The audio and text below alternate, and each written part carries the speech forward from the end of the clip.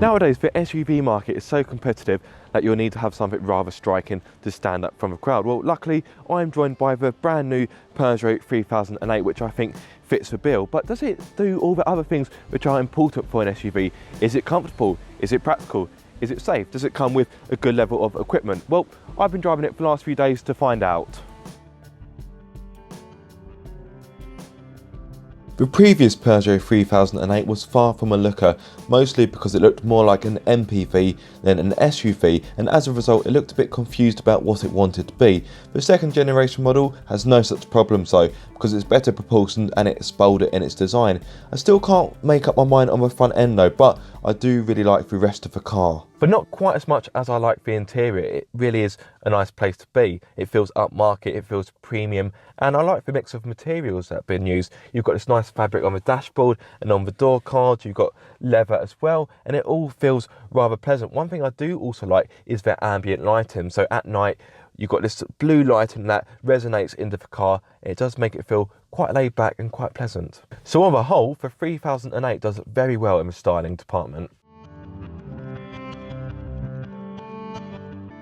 The base model is called Active and is priced from £22,765, which is a bit more than its rivals, but it does come with a good level of kit. Even on the base model, you get an 8-inch touchscreen with DAB radio, Bluetooth, smartphone connectivity. You also get the Peugeot iCockpit display, and on top of that you get 17-inch alloys, autonomous emergency braking, lane departure warning, dual zone climate control, leather steering wheel, rear parking sensors, and automatic lights and wipers. Next up, we have the Allure, which is priced from £24,565 and is the model tested here. It's got the ambient lighting that I mentioned earlier. It's also got 18-inch alloys, front parking sensors, high beam assist, blind spot monitoring, auto dipping wing mirrors for when you're reversing, a 180-degree reversing camera, and navigation, to name a few. Then you have GT line trim, which is priced from £26,465. That adds wireless phone charging, Peugeot iCockpit with Amplify, full LED headlights, and sporty styling, including a double exhaust pipe. Last but not least, you have the GT, which starts from a wallet-busting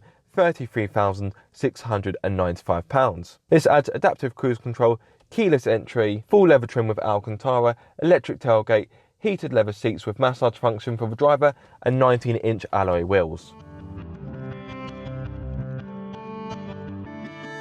This is another area where the 3008 does well. In the front, I've got plenty of space. The steering wheel has got a good level of adjustment as well. Even the base model gets rake and reach, so getting a good driving position is very easy indeed. And the seat has also got a good level of adjustment. Got two cup holders in the middle, also got quite big door bins, and you've got this cubby hole, which if you open, you'll find it's more like a cave. It's really deep.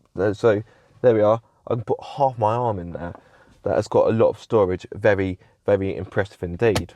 As with other Peugeot models, you've got this comically small steering wheel, but the idea is that you look at the dials over the steering wheel rather than through it. And in the 208 and the 308, it doesn't work quite as well because you're sat lower down, but in the 3008, because it's a higher driving position, because it's an SUV of course, it makes much more sense. Space in the back is of a good standard as well. As always, the driver's seat has been altered for me. I'm 6'2", but I've still got a fair amount of legroom, a good amount of legroom in fact, and the headroom is also of a good standard. The middle seat is a little bit tight, so that's probably best reserved for children, but I can see no reason why two adults can't get in the back with a good amount of comfort. Open the tailgate and you will find 591 litres at your disposal, which is more than the Nissan Qashqai and the Seat Ateca. But if you need more space, you can of course fold down the 60/40 rear seats to give you an increased capacity of 1,670 litres. Plus, the rear seats fold nice and flat for better practicality.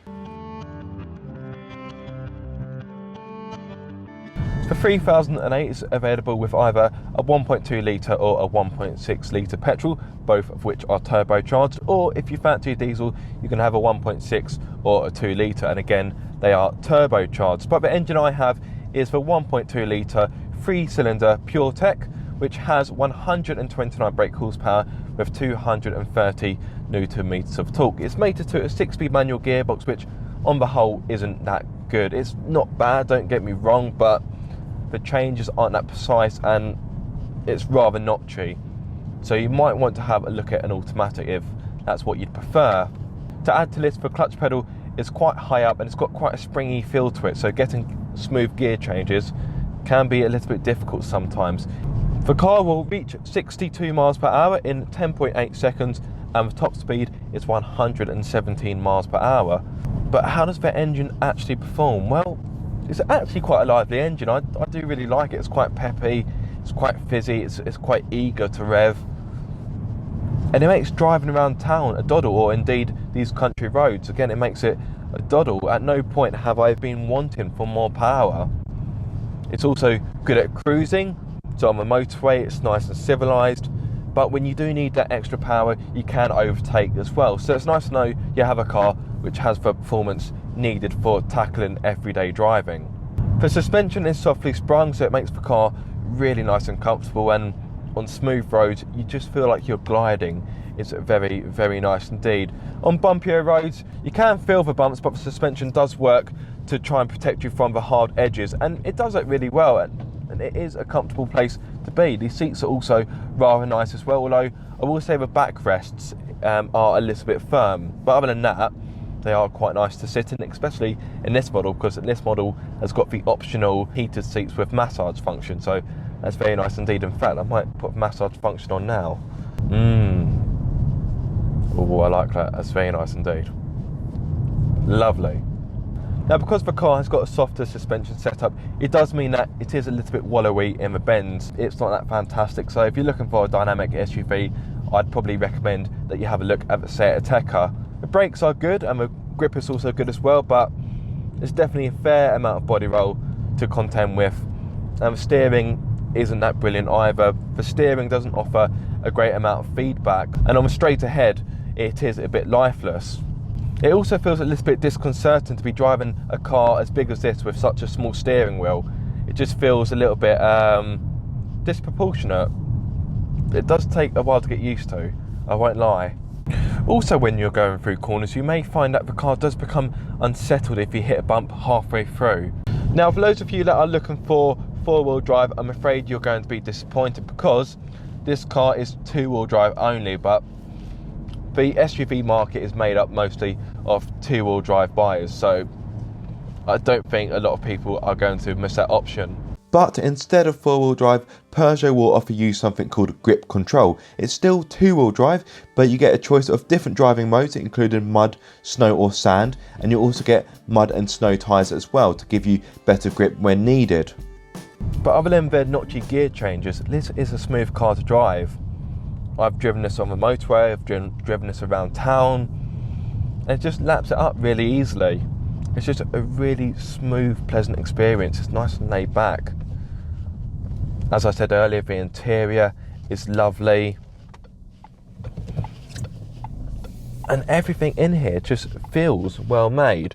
There are some cheaper plastics in here, don't get me wrong, but you have to search for them. They're out of sight, they're in the footwells, so I can't really complain on that front.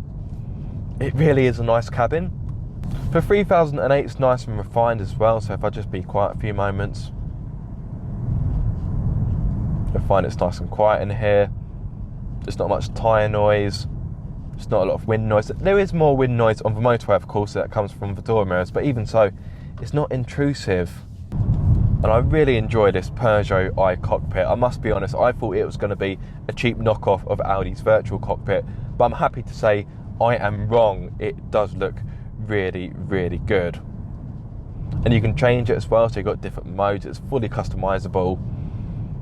So at the moment I've got it set to the sat nav, so you get a big map display, and I do really like that. The 3008 is a safe car as well. It's got 6 airbags, it's got a good suite of safety features as well, so it's little wonder that it was awarded for 5 stars by Euro NCAP. So if you're looking for a safe car to keep your family safe and sound, then this is definitely a good SUV to look at. But it's also won European Car of the Year, so it must be doing something right. Visibility out of the car is pretty good, but one thing I will say is that the rear window is rather small, so sometimes trying to look out of it is kind of trying to peer through a letterbox. But thankfully you've got a good amount of safety systems to help you when you're reversing. So you've got the reversing camera, you've also got parking sensors as well. Plus, if you have the Allure model or any models above the Allure model, you have wing mirrors that dip down when you pop it into reverse, which is rather handy. It means that you're not going to curb the alloys, of course. But what about fuel economy? Well, on a combined run, this engine offers 55.4 miles to the gallon, and in my experience I've been able to get low to mid 40s. But if you want more economy, you can have a look at the 98 brake horsepower 1.6 litre diesel, as that offers 70.6 miles to the gallon. In regards to CO2, this engine emits 117 grams per kilometre, so it's not the greenest, but you can look at the 1.6 litre diesel, and that brings it down to 103. The Peugeot 3008 has won European Car of the Year, and I can certainly see why it's stylish both inside and out. It's refined, comfortable, spacious, and it offers a good level of kit. Okay, so it's not the most dynamic drive going, but if you want an SUV that offers sophisticated comfort, I don't think you can do much better for this price point. Thank you for watching. I hope you enjoyed this video. If you did, give it a big thumbs up, and please subscribe for more car obsession.